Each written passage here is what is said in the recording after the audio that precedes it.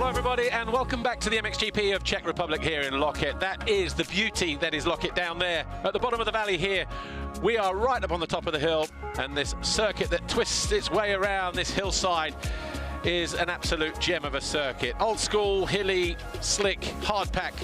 When it rains, it still takes the water, boggy in places, and we are on the way to good weather again. We had a lot of bad weather yesterday. That is just beautiful down there, isn't it? Montenegro, if you're a James Bond fan, Casino Royale from about 20 years ago. But my name's Paul Malin, Jason Thomas alongside me. MXGP Race 1 about to get underway here in the next few minutes or so. 30 minutes plus 2 laps. The 75-metre long start straight into that 180 left-hander, back down, and then we just climb up this end of the circuit. We drop down, back up to pit lane, and then the other side you can see how it really does swap and change. And for Jason Thomas, if you weren't with us in the MX2 race, it's not a bad track, is it? It's got a lot going on for it. Yeah, it is, and it's changing a lot. Riders are going to have to keep their eyes open. We saw lines evolving quite a bit, and I would say the best conditions of the weekend so far, all things considered. Well, the racetrack here, just under 1,600 metres long, just under 2 miles, well, 1.99 miles. But from the finish line, we continue into that right-hander. That triggers Sector 1 in terms of times. A couple of corners later, then out of the right-hander into the step-up. That is where Sector 1 ends. Bottom end of the circuit, just after the city step-up, you go right-left.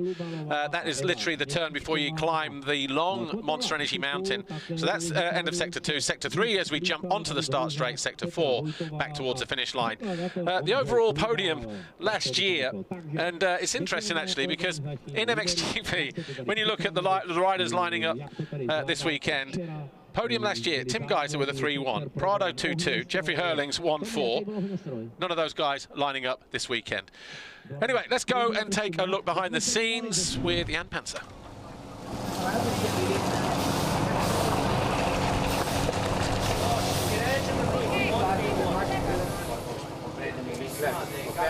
How many hours on the car?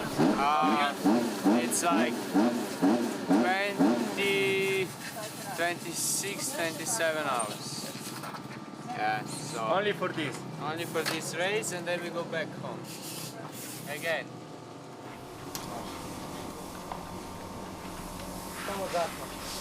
In a paddock that is full of state-of-the-art, big rig factory teams, Jan Pancar really does just stand out, because essentially it's just himself, his van and his trailer, and it's very much just a small family affair for him. But that said, Jan does mix it up with the big boys on track, and we constantly see him kind of hitting the top 10 on a regular basis. So he's definitely standing out as one of the main privateers, and who knows, in the future, he could be worthy of that factory ride.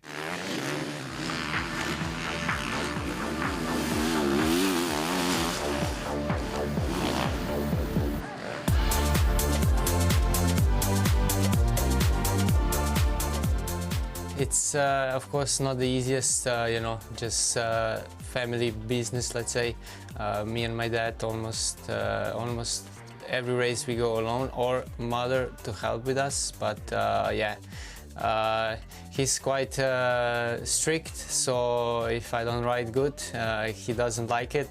And yeah, of course it helps too to get more motivation and stuff. So yeah, I always try to be as good as possible. You still enjoy this part of the job? Yes. Only one suspension used for race. At home, we have two suspension, but one suspension always better work. Wednesday and Thursday is time to prep the bikes for the races, because always pretty far travel for us, going with the camper and the trailer. So yeah, mostly Thursday after my father's work, we start and we ride to the race, and on Friday we are here, and the rest is just race day here in MXGP.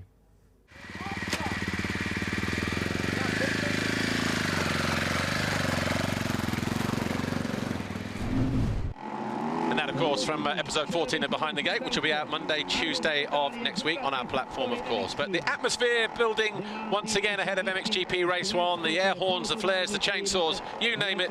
Might be a few drunken Czech people in the crowd as well, with a bit of a hangover from last night. and a headache from the firework display from about 11 o'clock. Anyway, let's go down to the grid. Lisa Leyland was down there a few moments ago with Ruben Fernandez on a prototype Honda 450, and Maxime Renault back from injury. We're almost ready for MXGP Race 1, but let's grab a few words with Monster Energy Yamaha Factory MXGP rider Maxime Renault. Maxime, you're riding yourself back into fitness. Yesterday in the qualifying race, P5. Are you happy with that for the first race back? Yeah, it's decent results. Yeah, definitely didn't get a good start, and we know how tricky it can be on this track to make passes, so was okay. Now today we're gonna focus to get the best start possible, and then see from there.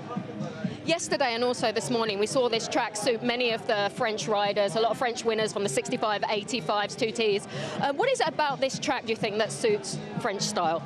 I think the rocky nature, you know, like pretty hard underneath suits us pretty well, because we have a lot of tracks like this in France, up and down also. We have a lot of like these old school tracks, so I guess also from kids, you know, 65, 85, they grew up on that. It's just like if you take a Dutch guy to sand races. Yeah. So yeah, definitely French guys, I think, have an advantage on this track, and we'll try to make the most of it.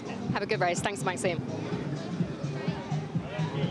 Okay, time now to touch base with Team HRC's Ruben Fernandez. This weekend, you're riding the prototype bike. How's the feeling with that? What's different with that? Yeah, definitely the bike has changed, so I can't just say it's different, but I'm feeling good with it. We're still trying to adjust it to get the best feeling as possible. But to be honest, first impressions were good, and I haven't been riding with it for a long time, but I feel like I'm getting more used to it already, and yeah, like I said, good feeling with it. Yeah. And actually, first impressions, P3 yesterday in the qualifying race. Clearly, you had a good feeling with it. Can you bounce from there?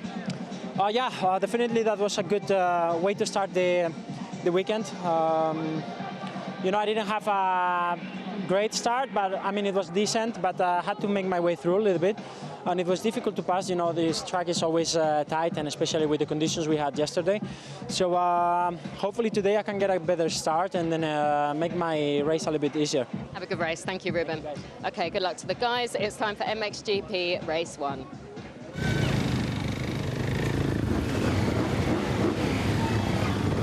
Riders been out on track for the sighting lap then, and they're already in the waiting zone. Interesting comments there from Ruben Fernandez. Obviously, it was no secret when we arrived here on Friday, Jason Thomas, that Honda with that prototype machine. Ruben Fernandez riding it this weekend. I've not been able to get up there yet. We've just had such a busy program this weekend, but you've been over there. Is it subtle changes, or is it massively different? Well, I think what you're looking at is what production 27 will be, and I get to speak to Trey Kennard, who's heavily involved in development of these bikes, and he said they're just looking to try to get it more balanced. If anything, just more balance of the motorcycle. Well, here's what happened in the qualifying race yesterday. We had rain from the time practice right the way through the afternoon.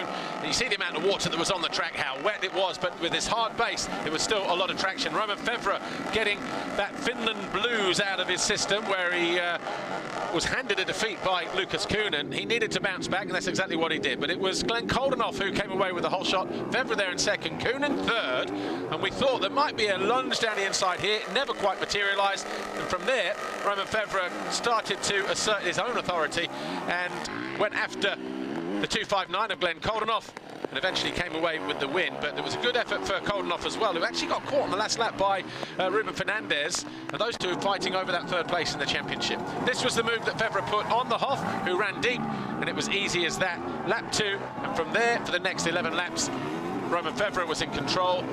Quickly into second place. A lap or two later was the 96, but he was never able to get close enough to Roman Fevre.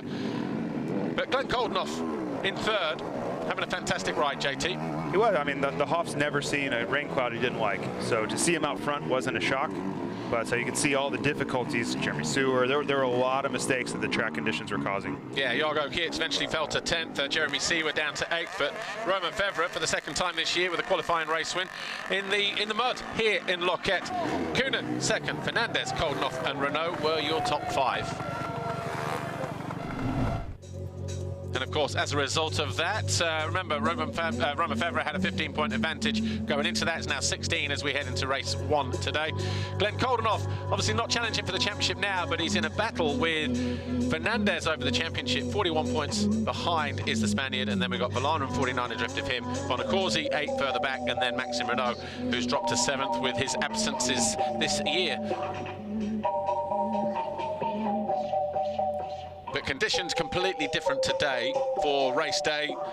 We had a break with the weather. Track crew working absolutely tirelessly. We've had a lot of action on track as well, and they've just constantly been working and things like that. So if you're with us for MX2, you see how much drier it is already and how important and how critical this start might be as well. 75 meters down into turn 1. It's wide, but it loops back uphill through 180 into the opposite direction. Roman Fevre on pole for the 2nd time this year with Kunin, Fernandez, Koldenhoff, Renault and the rest.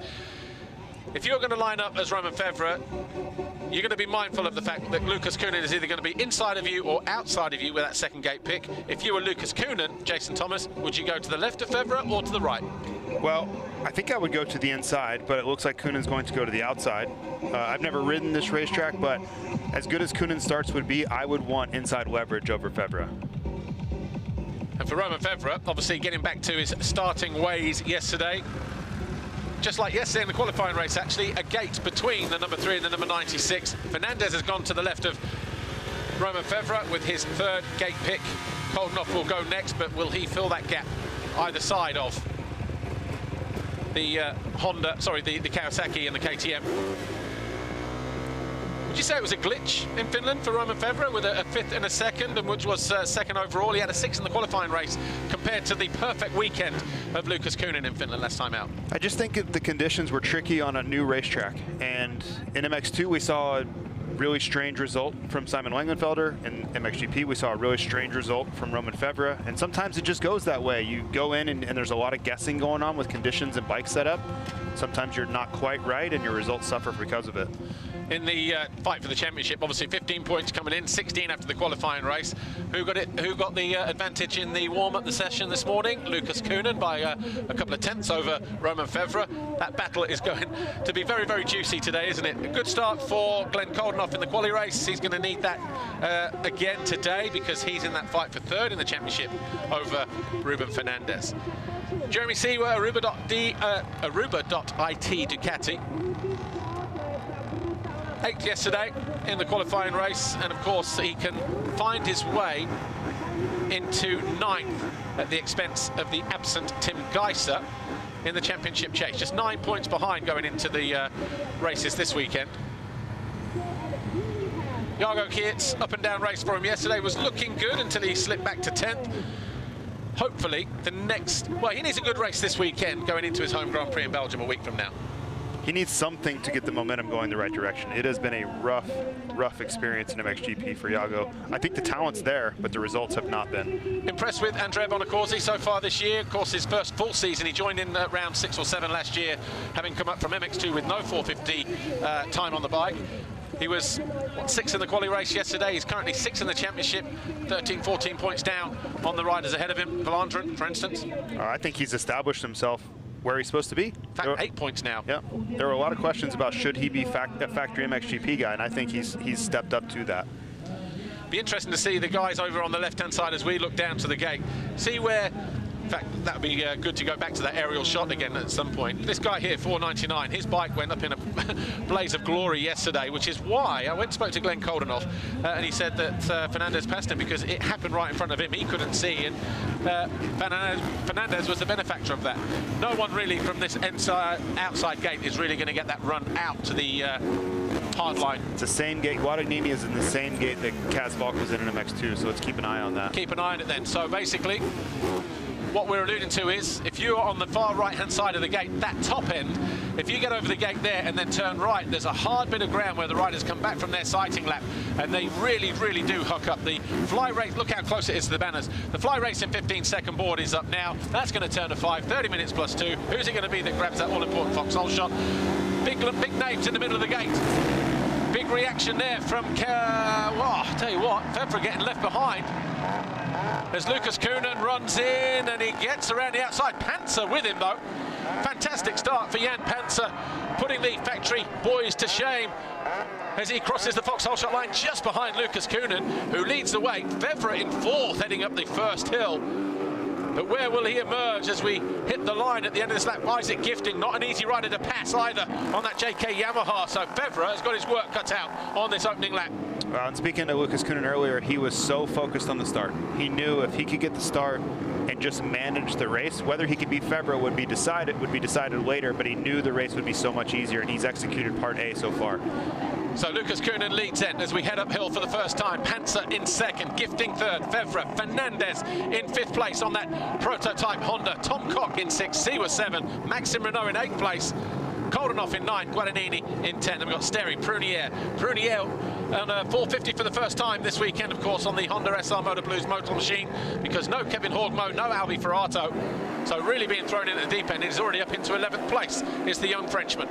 We were wondering if anybody from that outside would pull it off. Tom Cock was out there with Guadagnini, he came out 6th, so that line's still effective. It's not ideal, but it does work. You say you qualify 20th, you can still get a good start. Watch this here. That was into turn 2, Gifting just getting up the inside of Romain Fevre and then closing him down here at the end of the next straight. Fevre still trying to find his way past the Swede, who knows he's got somebody there. Kept him guessing, didn't he, on the way into that corner. He wasn't sure whether to go inside or outside. Last minute, Gifting committed, and that sort of prevented the move from the number 3. But look at Lucas Kuhnen doing what he did in Finland. He's already 2 seconds clear, and it might be more than that when he hits the line a handful of corners from now. Yeah, and Fevre needs to make quick passes here. He simply cannot afford to sit behind the likes of Gifting and Pancar, because Kuhnen, he's going to look back here and see that it's Pancar. He's going to try to put in some hot laps here to try to build that gap. This is exactly what the situation you'd want, is riders that aren't in the championship fight in between you and Romain Fevre. And also, like, first lap going past pit lane, did he already get a board signal to say that Fevre 4th or whatever? But you don't even need to look back, do you? Even if he gets a board signal to say, yep, Pancar 2nd, bit of a moment there for Fevre in that right-hander. 148.2. Ooh, Gifting had a big moment there coming down the hill as well. Yeah, that is a gnarly hill there. It used to be a big step down. This point here, just below the, well, where the banners are on the left-hand side, was about 30 meters point to point. And it was a very steep landing as well at that, because there used to be a road crossing at that point. Anyway, Fevre tries to duck to the inside. Fernandez keeping him honest. Siwa, Renault, Koldenhoff, Tagliacini, Cock down to 10th place from 6th.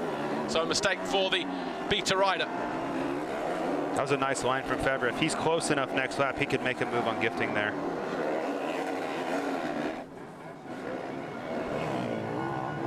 Tough part here is to sit in the roost zone as well. It's really challenging. It's really rocky and shaly here, so it's going to be painful.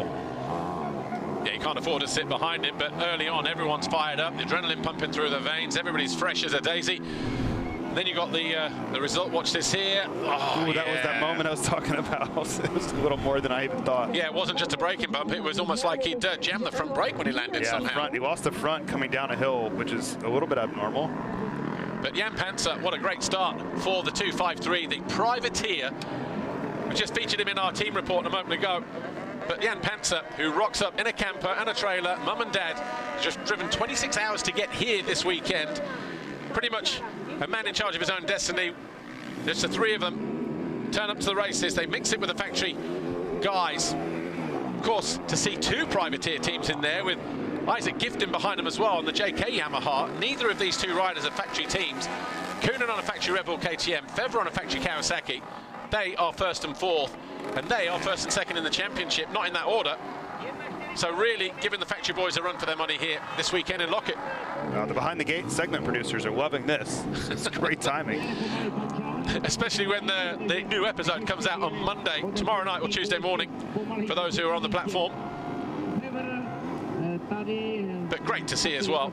But look at Gifting, outside, inside, closing down Fevre again, who goes to the inside once again. This is that line. Watch and see if he can cut under him at the top of this berm. He's going to try to shoot under him. Jump. There goes. Oh, he pulled it off. Elbows weren't big enough. Close. That was the line he set up last lap. I wanted to see if he could pull it off. But Gifting is also not shy.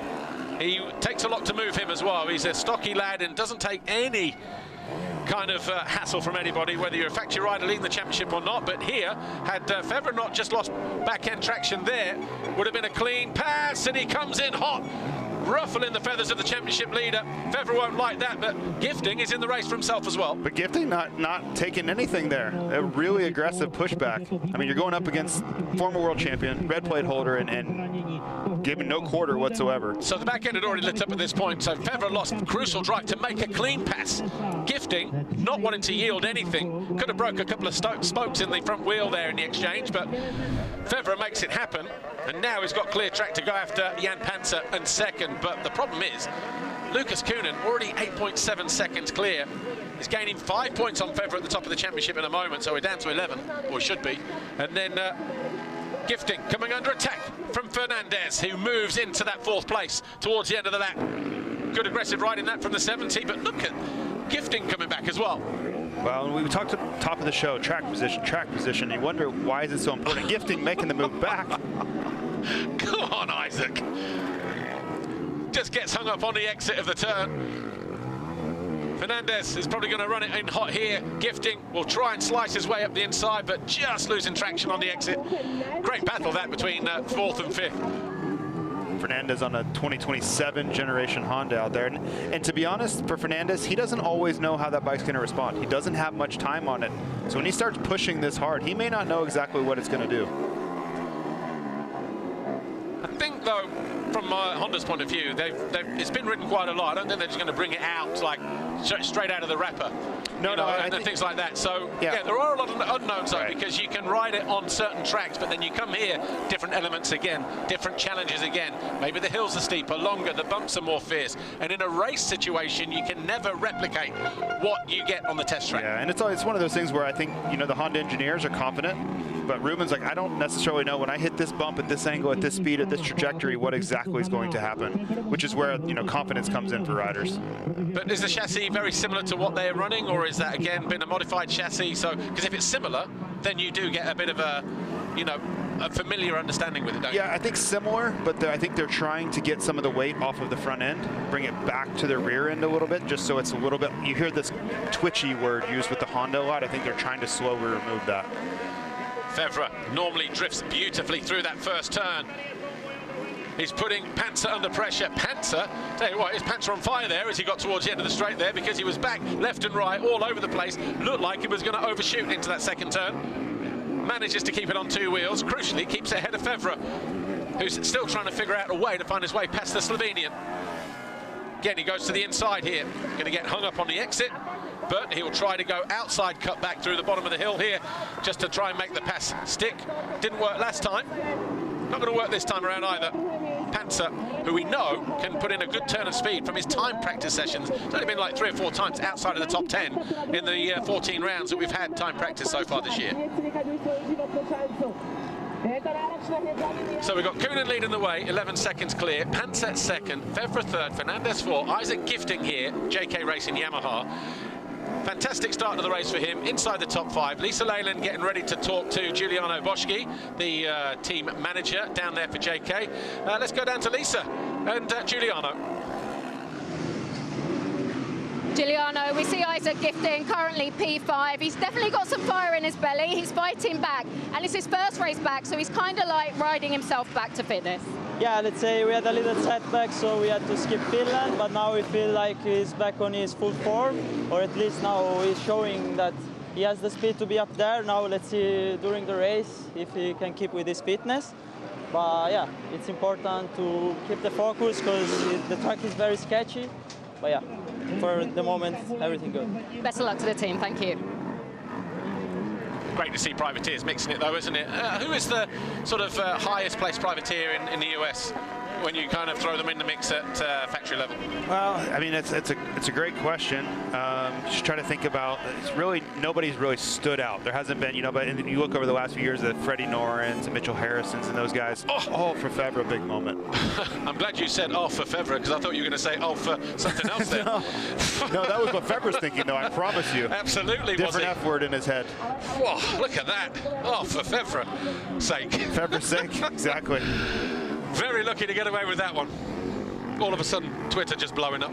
Well, those are not very much fun because they break their concentration, and he's already frustrated being stuck behind Pancar. Make no mistake, he is frustrated right now because he sees Lukas Kühnen riding off into the sunset. And you see, look at the body language of Lukas. He's cruising right now. You know, his pace is good, but he's under no duress, no stress, no urgency. Compared to Febvre, who they're both probably the same speed and just looks completely different because of the situation. Well, it's different, isn't it? You know, you come in 16 points down and all of a sudden you're going to gain 5 with your first place and Febvre in that 3rd position. Jan Pancar, every right to be there fighting for his own privateer life. Who knows, he might be riding for a deal next year, somewhere, anywhere, or it's the prospect of going racing again with your own privateer setup, which is a money pit. Let's face it, at the end of the day, fuel, diesel, you know, spares budgets, everything else. Maxime Renaux trying to get the better of his former teammate, Jeremy Seewer. Seewer on the Ducati, though. Up and over Monster Energy Mountain. These guys fighting over 6. Seewer is up into that 6th place. Seewer 7th now. Sorry, Renaux was 6th. Seewer has found his way past the Frenchman. See the Hoff there. We haven't seen him the entire race. Just a little bit of fun and games here. Tried to find his way up the inside. They were pretty much side by side at that point. It's probably why Seewer was given the, or Renaux was given the nod into that 6th position there. But Seewer getting the better of the Yamaha man. Here's Jago Kietz going after Tom Cock, who had a great start on that MRT Racing Beta. But he has dropped down to 10th place. He, I think, lost like about 4 positions in 1 lap. But Jago Kietz right in the thick of things in 11th. Febvre back onto the rear wheel of Jan Pancar. And he's now going to start getting desperate, isn't he? And when you do that, you run the risk of more mistakes. We've seen him make a couple of mistakes here and there, asking too much of the rear wheel where it's just lit up. He wants to get that gap deficit down to, well, doesn't want to lose 5 points in the race. He'd rather lose just the 3 points, wouldn't he? Well, and Febvre's frustration level here is about 100 out of 10. Realistically, he's probably going to end up 2nd in this race, so he needs to take a deep breath and understand that's already almost been decided. But yes, he probably feels like this race got away from him before it started. Obviously, Ducati is going to be arriving in the US next year. We've got them first full season here in MXGP. Jeremy Seewer, Mattia Guadagnini, obviously the riders being chosen. There's been a couple of podiums from Seewer, and obviously Tony Cairoli was in the US riding a couple of races. There was a lot of talk about suspension changes, chassis changes, things like that. I wonder if they've already been translated and transferred onto that Ducati, and Jeremy Seewer is now the beneficiary of that. Yeah, and I don't know, because you know the components and everything, they were using a factory connection setup in the US, that just a different component setup completely. So I don't know how much is transferable, but I'm sure they learned a lot. Over on the far right-hand side, look, Tom Cock getting onto that hard, dry line and just rockets his way down the start straight into that first turn, but it was Lukas Kühnen and Jan Pancar who duked it out over the Foxhole shot, gifting there in 3rd, Febvre in 4th. Febvre has still only made 1 pass. Look at Kühnen's bike, just pull. Jan Pancar had him. Yeah. He had him on the start. And Kühnen just, you wonder why these riders want factory equipment so badly. That was a prime example. Yeah, you can have it, because if you've got too much power, you can't ride it and you can't utilize it. So whatever he's got there obviously works. Also in a 1-lap dash as well. Yeah, and then, you know, there's things that could come into play. Fuel maps for the start and different ways, because once you get into the race fuel map, it's going to be a lot more controllable. But in a deep start like that, factory horsepower and factory ECU is a big advantage. How impressed have you been with Lukas Kühnen so far this year? Because obviously he was billed as the rookie. He'll say, I'm not a rookie, I'm just new to the class, I'm just new in MXGP. But a lot of mistakes last year trying to ride over himself and, you know, flexing his muscles against his teammate Kai de Wolf. Those two were going 1st and 2nd in the championship. But do you think, and I've heard this being mooted, when he had his arm injuries at the beginning of the year, where he's just riding for points at the first couple of rounds, some people saying that was probably the best thing that could have happened for him, and that he had to ride his way easily into the championship chase. Whereas had he just come in and he was 100% healthy, he might have been that sort of explosion waiting to happen like he was in MX2. And those first 3 or 4 races, by just, you know, being respectful of the fact he didn't want to crash and therefore was just trying to be a little bit smoother, that has now translated into the rider we're seeing now. I think there's 2 different ways to look at it, and riders, how they adapt to the 450 can be different. You know, look at a rider like Justin Barcia. He took his 250 style and just continued on the 450. High revving, high RPM, you look at a rider like RJ Hampshire in the US this year, he's very similar to Lucas Kunin over the course of his career, always on the edge of control. Great results, but also spectacular crashes accordingly.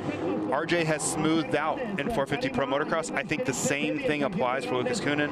They are riding the 450 differently. They're using the meat of the power. They're understanding how to go fast on a 450 is not the same way you go fast on a 250. And I think the crashes and the erraticism have been removed from the racing accordingly.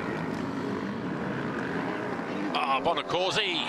That looks like a bike issue to me. Yeah, so Bonacorsi, bottom end of the circuit. You may as well just stick it on the road there and drag it up to the outside. The 3 kilometers that it takes you back to the circuit. Tom Cock here under pressure in 10th place from Jago Kietz. Guadagnini on the Ducati just ahead of him, just starting to break free ever so slightly. But this is great for Tom Cock on that machine, because 24th in the championship, haven't used to seeing him in and around the top 10 so far this year. Obviously new to the whole factory status thing in MXGP with the MRT Racing Beta team. 12th place a couple of rounds ago in one of the races. I think being German, it's a very German type track, hard pack, right? And also a good start. And also, like, it's close to the German border. You know, you're there in 20-30 minutes at the closest point, and there's a lot of Germans come over. So it's almost like him riding at Teushenthal all over again. So, and a mistake there from Jago Kietz as he pushes his Yamaha 450 to the extremes to find his way past Cock. Watch this, it just, tried to get out of the turn early there and just caught that rut wall. I look it through the field here, and the pace is really similar. You know, the guys 12, 13, 14 back to Adam Sterry are doing 152s, all the way up to 5th, all the way up to 2nd place are doing 151s. Yeah. So you're talking about a 1 second differential in lap time from 2nd to 14th. So that means for a guy like Tom Cock, he gets a great start. The pace is very similar, so that track position, I keep going back to it, is so critically important, because if you can't go faster or slower than anybody else, where you start is going to highly indicate where you finish. 3 laps in a row here to try to get around the outside and cut back on Cock there, but Cock having none of it on the Beta, the red machine. Great to see Guadagnini up there as well inside the top 10 on the Ducati. Again, another rider who had a great start to the season in Argentina. Looked like he was going to be a menace on that Ducati. 4th overall, first time out. Got a 4th again, round 3, when they went to Saint-Jean-d'Angely in Europe, but then the wheels fell off. He got a couple of injuries and has failed to make the top 10 since then. Maybe just the one time in Portugal. But not an easy place when it's drying out like this, because there's so many unknowns now where you run the risk of just riding on marbles, trying to turn on marbles, and just having that unfamiliarity at the front end, maybe even at the back end as well. But again, Kietz just starting to get back to some kind of form. As Gifting now starts to apply the pressure. Sorry, Goldenhoff starts to apply the pressure to Gifting. This is the fight for 6th place. See, we're up to 5th, so he's been quietly, methodically working and going about his business, hasn't he, the Ducati? Because he was with Renault a moment ago in 7th, so he's obviously picked his way through. And he's only about 1.7 seconds down on Ruben Fernandez with 12 minutes plus 2 laps to go. So Jeremy Seewer not done yet. Watch this here. Got up the inside of Gifting. Outside, inside. Again, wasn't pretty, but it was effective. Yep. Well, knowing where that section ends, if you're on the outside, you can carry that to the inside. You set up a pass basically 2 corners early. Febvre here, I mean, I think at this point he understands that 2nd is what it's going to be, but this is not a lot of fun to sit behind Panzer for this long. Jan Pancar will be having a nosebleed. He's never been this elevated ever in MXGP and MX2. And this is incredible for Panzer. My comments about Febvre should not be any sort of degradation on what Panzer's doing. I just think for Febvre, he's not thinking how great Panzer's riding at the moment. He's thinking, I should have passed him 10 minutes ago. I should have passed him on lap 1 when I had the opportunity, is what he should be thinking, and really took the challenge to Lucas Kunin. But that's not happening on a circuit where Romain Febvre has won on 3 occasions, the only circuit that he's won on 3 occasions. And he's going after Jan Pancar, a privateer. Did we just say that out loud? A privateer in MXGP. Yeah. But Pancar, Gifting makes me nervous. Almost out the front door there at the entry to pit straight. We've seen guys go down there hard as well, and it is a hard place because we are pretty much on pebble-topped asphalt when you get onto the top of that straight there. Watch this here. Oh, you know what? He needed every ounce of upper body strength there, did Gifting. being tall helps there too. Oh yeah, if he was a Sasha Kunin type figure, he would have been still rolling and bouncing down the track. That seat would have pushed him much farther forward. He didn't have the extra.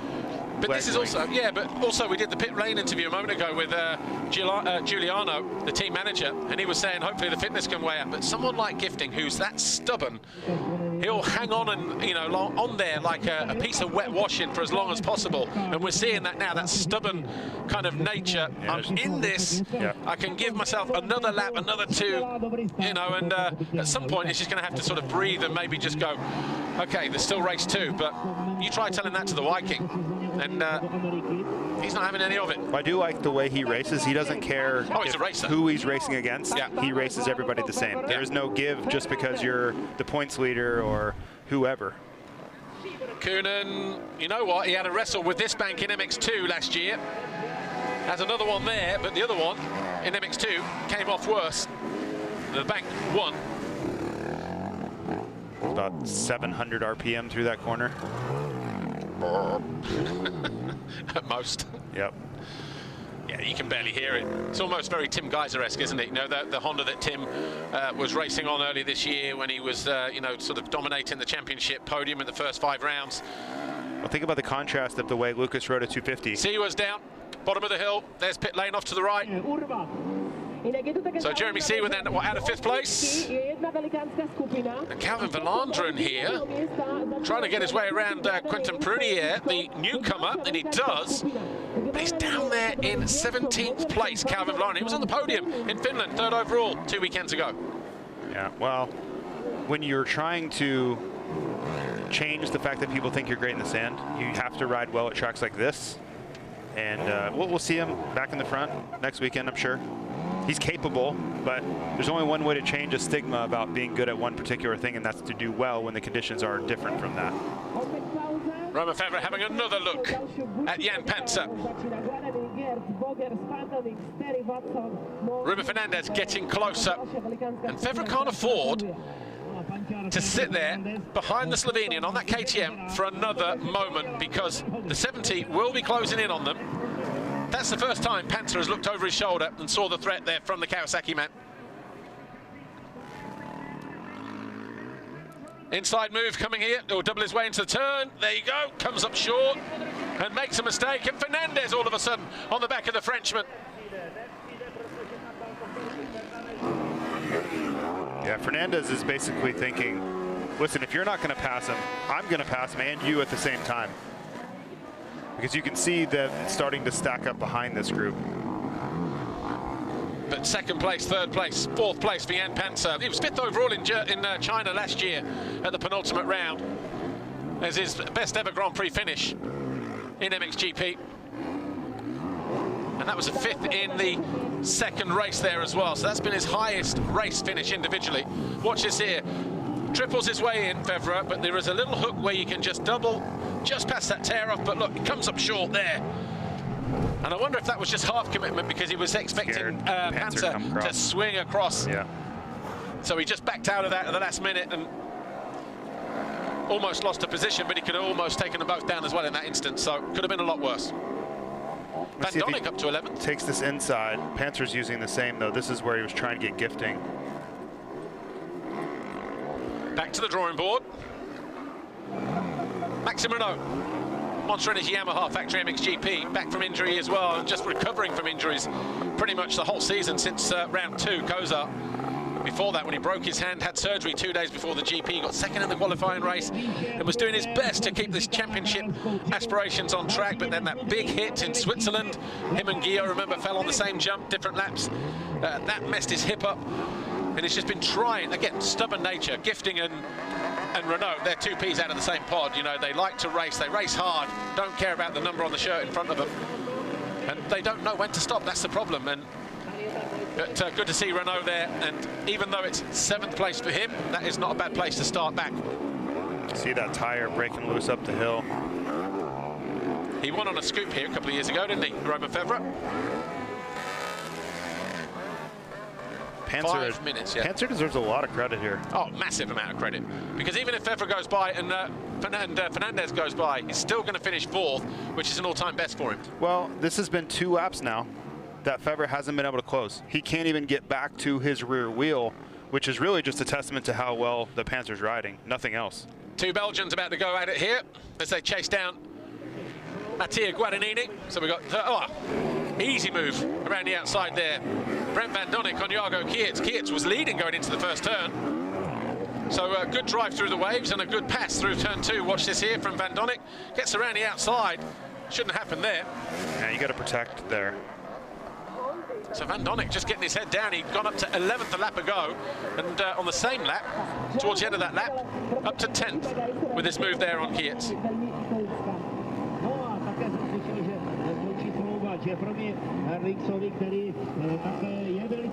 Belgian Grand Prix, Lommel, different contrast completely in terms of track nature. Lommel flat on a Friday when you turn up. Not for long.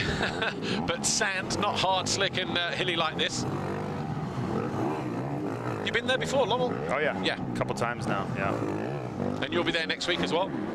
Yeah, if hell had a sand track, it would be Lommel. It's a test. It really is a test. So the two Brits battling down here, 13th and 14th. Adam Sterry on the Chambers KTM and Ben Watson. But Sterry, who's coming into a bit of form at the moment, actually, because he was, what, 5th or 6th in the qualifying race in Finland, and he had a decent qualifying yesterday, or good times yesterday throughout the day.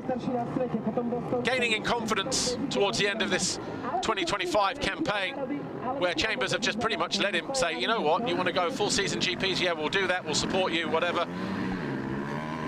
But it's not easy being another privateer rider, privateer team. Yes, he's got MX2 pedigree and European Championship pedigree, but when you're not in it for a couple of years on and off, you soon lose that pace. So picking that up and getting back up to speed and getting back into the swing of things, really sort of rolling his sleeves up. 13th is not a disgrace for Adam Sterry, and he's really sort of warming to how this championship campaign is starting down. He had his best Grand Prix finish overall, 16th in Finland 2 weeks ago, and he's looking to improve on that here in Loket, Czech Republic. Doing a good job at the moment, 13th in the latter stages of this race. It's like, hey Ben, fellow countryman there. Oh, Watson was pushing the front on the downhill there, and he's now going for the jugular. Nips up the inside, kept it clean. Those two are good mates, actually, but even still, they race hard on the track. Watson fires by, moves into that 13th place, but Watson on the downhill towards there. He was fighting that front end, and he was gaining momentum as Sterry was braking. That was a nice move by Watson up that hill. So difficult on the edge of the tire there to find traction.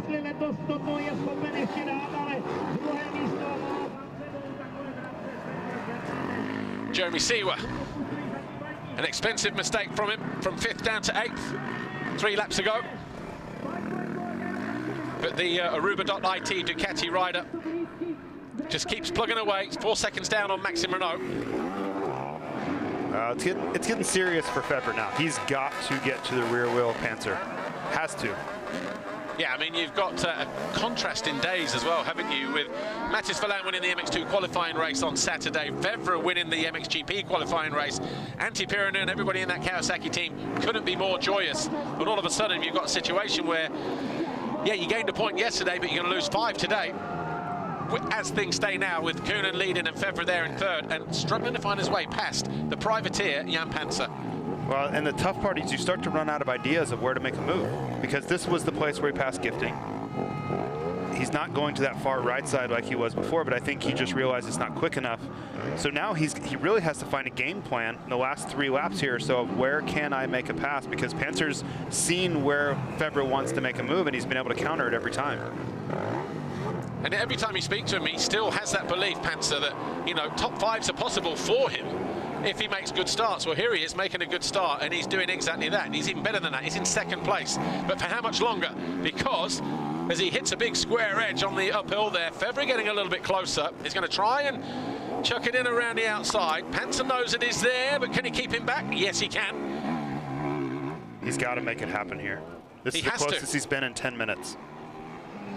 There it is. Oh, finally, Febvre up the inside of the Slovenian. who now gets pushed back to third. Clear track for Febvre, but the bad news is we're 2 laps to go, just over 2 laps to go at this stage where he is on the racetrack. And he's 18 seconds down on Kunin. You can tell that off effort has taken its toll because Fernandez quickly ran the outside as well. Pancar now down to 4th. Look at the body language there from Pancar. I mean, this is incredible effort, right? He's given it everything to hold Febvre back for 30 minutes. It's like a 5,000-meter runner going for record pace, and then everything good until the final 200 meters, and then finally the legs give up. Yeah. Well, 3 laps. I want to see how time was, how much time we had on the clock, because Kunin went through very, very tight on the clock because we're still 3 laps to go here. Because he was 18 seconds down ahead of the guys behind him, so he was making his way towards the finish line when Febvre was making his move in and around that area, just made his move, certainly when they got into that first turn. Oh, doesn't want any of those. This is also good for Ruben Fernandez, don't forget. Good showing for that 27 generation. Watch this. Oh, yeah, 6 seconds on the clock, 7 seconds on the clock. So plenty of time, plenty of time. He's just trying to turn the screw, isn't he? Yeah. Trying to give Fernandez an extra lap to close down on Febvre. Well, and these are fun moments. When you have a 18-second lead, you're kind of riding around. You know, it seems like, oh man, that would have been nice to have one less lap. He's enjoying this in the moment. This is low pressure, winning a GP. These are moments he'll remember for a long time. They don't come this easy very often. Isaac Gifting enjoying this moment, but not thinking that it's easy at all, because Jeremy Seewer has caught back to him, and this is going to be a fight for 7th place once again, separated by nothing, just ahead of them Maxime Renault in 6th. So Jeremy Seewer, they've definitely got that Ducati working very, very well this weekend, haven't they? In these kind of conditions. Yep. And just look at, you contrast all these other guys, all the urgency and aggression. When you see Lucas here, lower RPM, taking his own time, but he's turning the same lap times is the thing. It's so important to where you are in the racetrack. These guys are going the same pace, but they look completely different body language. Their heart rate's probably 30 beats higher. It's just a completely different race for them. Ruben Fernandez going after Febvre as we go back up the hill. I think it is, isn't it? Just around the corner. There's Pancar and Koldenhoff. So Koldenhoff looking to make moves with 2 to go. There's Fernandez. The next couple of riders after the back markers. There you go, the orange of Pancar. Koldenhoff using that line. And the Hoff going to the outside. Again, the factory riders have come through. Kunin was already there leading the way, but Febvre, Kawasaki, Hondas, Fernandez, Koldenhoff knocking on the door on that factory Fantic. But still a great effort from Pancar. The good news is he's going to finish in the top 5. The bad news is he's got another race to go, and how much has he extended himself, expended that energy ahead of that race. But when you're in there like that, fighting for that 2nd position potentially, you give absolutely everything. Brent Van Donnick in 9th place. It's just come up that he did not come to a full stop in pit lane, and he's been disqualified for that. So if you come into pit lane for anything, you can't just ride through.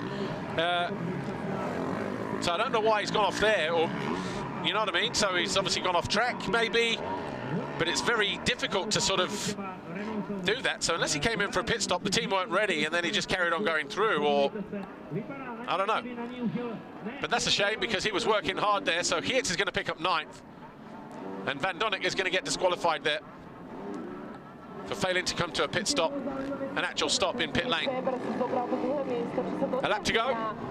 Kunin now 15 seconds clear. He's just starting to back it off. Look, 52s for him. Febvre in the 49s. Damage was already done in the first 16 laps where he failed to get past Jan Pancar. Fernandez 3rd, Pancar 4th, Koldenhoff still there in 5th. Not much in it between those two, but Gifting and Seewer fighting over that 7th place. To say that he's been off on the sidelines, Isaac Gifting, for what? He had 3 races that he missed. He didn't go to Finland as well, after coming back for 2 or 3 races, and then It's not easy when you're that sporadic in your race program to come back here, just get stuck in and finish top 10. Yeah, he just races headstrong though. You know, he doesn't seem to care about the situation or who he's racing against or if he's been out. I think it's just in his personality to push regardless of the situation. You can kind of see that in his racecraft too. Talk about championship positions. Third in the championship, Glenn Koldenoff at 41. Fevra's dropped down to 5th place. That is a costly mistake. That is an expensive error. So Pancar's going to finish 3rd, Koldenoff 4th, Fevra 5th. That's going to be a gift as well for Koldenoff of another couple of points, because Fernandez, who's his closest rival in the championship, he's 2nd. Koldenoff is now 4th rather than 5th. Lucas Kuhnen uphill. He wins race 1, wins comfortably as well. And he will look forward to race 2. 11 race wins now in his rookie season. No celebrating, no oro farming, all business. Dude, we're all over it. All business. All over, I'm just over it, that oro farming. 2nd for Fernandez. Pancar, what a great finish for him in 3rd. Koldenoff 4th. But an expensive race for Romain Fevra, who moves from 2nd to 5th on the final lap. Congrats, Jan Pancar. That's amazing. That is huge for Pancar.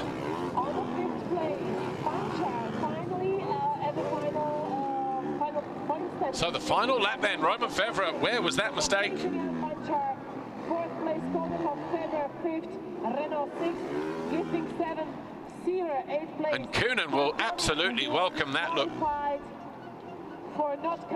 We're down to 7 points as we go into race 2 between Fevra and Kuhnen. Someone's puckering up. Yep. Yeah, that is so un-Fevra-like also. Lap to go to make that mistake. How much of that, though, was down to the frustration, not being able to find his way past Pancar, trying to make things happen even on the final lap, just pushing too hard, maybe? Who knows? He had gotten it down to 13 seconds, so I don't know if he was like, I can make it. It's just, you have to understand that the race was virtually finished by the time he got around Pancar. Well, the rider who's going to benefit from the disqualification of Brent Van Donnick is going to be Kevin Brumman, back from double shoulder surgery. He was 21st. He's going to get promoted to 20th. And Van Donnick will get scratched from 9th in the eventual results, unless, of course, they can argue the toss and convince the powers that be that he did come to a stop. But they do have officials in pit lane the whole time. Anyway, Lucas Kuhnen, 11 race wins now for the season for the newcomer to the class. He wins comfortably, and he's now just 7 points behind Romain Fevra. Lucas Kuhnen, congratulations. Another 25 points for you. You rode your own race, you stayed out of trouble. You did exactly what you needed to do at this stage of the game. Yeah, for sure. I took a good start. My jump wasn't good, but after I made a good position and just came out first, that was good, and then pulled the gap. Just control the race, try to keep focused, but it was difficult. I was looking at the sky because it's getting dark out there, but I hope second motor will stay dry. If not, then will be another motor. But I mean, first motor is done. Already important that we get the victory, but second motor is coming. So I hope to get a good start and then just run the front like we did. And did you know that Fevra fell from 2nd to 5th in that final lap? No, I didn't know, but honestly, I'm not really thinking about it. I'm just trying to focus on myself, and I know if I do what I can do, I'm running up front, so if I can win, that's the most important. If I get second, I get 7th. But I mean, I'm just trying to keep focused and try to be the best version of myself. Good luck for the second race. Barely out of breath, barely broken a sweat, and just focusing on him. You know, some riders, Jason Thomas, would have just turned around and go, oh, really? Wow, that's cool. Blah, blah, blah, as in the points in the championship, but not fussed to buy it. They'll go back, talk about it, and come out swinging again in race 2. Rain or shine. Yeah, certainly it's welcome news, but in the end, if Lucas doesn't ride to the best of his ability, it won't matter anyway. So wise words for someone who's really young, and they don't always have that much wisdom. So we were looking at 13 points, now 7 points. The gap going into race 2, that's massive. It is. It's getting tighter and tighter and tighter, and it felt that way in Finland, and it feels that way again here after race 1. As you say, momentum working both ways. Yep. Right, let's take a look at the highlights of that first race then, shall we?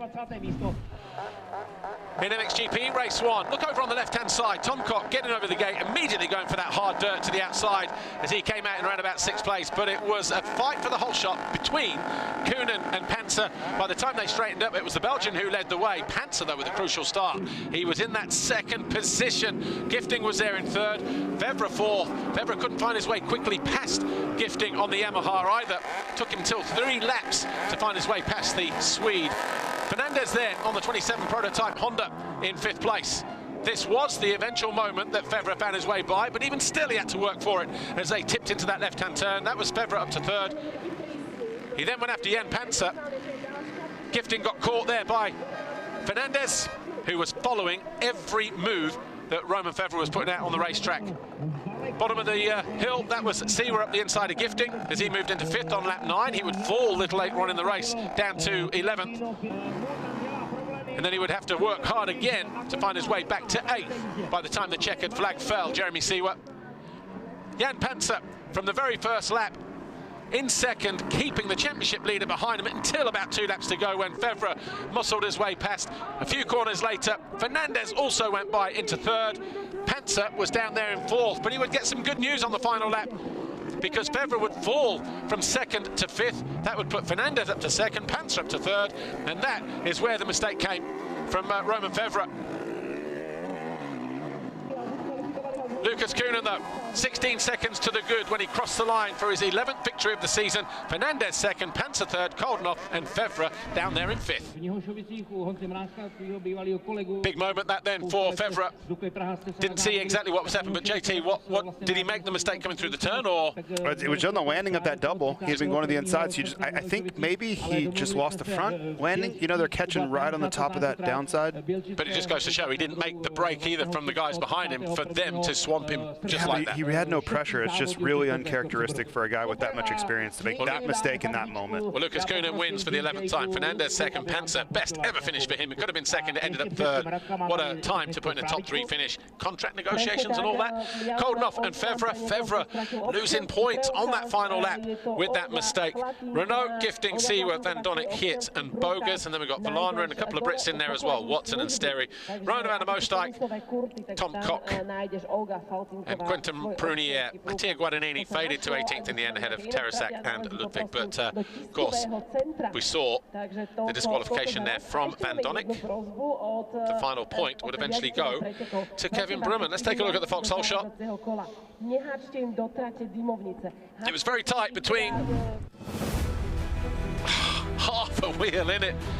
Lucas Koenen getting the black plate. 11 now in the books for the season for the Red Bull KTM rider. 17 in the career of the young Belgian. To this point, Koldenhoff and Vevra with 4. Seawer, Bonacorsi, Noah Ludwig got one of those in Saint-Jean-d'Angély. Jonas, Horgmo and Guadagnini. Take a look at some of the best moments, shall we?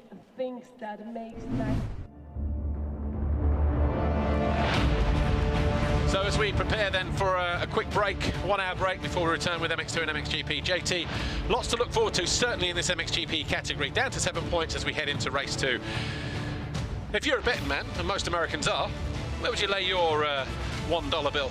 Well, the gauntlet's been thrown down. I think the points leader in both classes has, one really delivered and the other has some questions to answer after race 1. So I think the championship is delivering. I just want to see how these guys answer the bell. Kaida Wolf, Andrea Adamo, Roman Vevra, they really have to show up in race 2.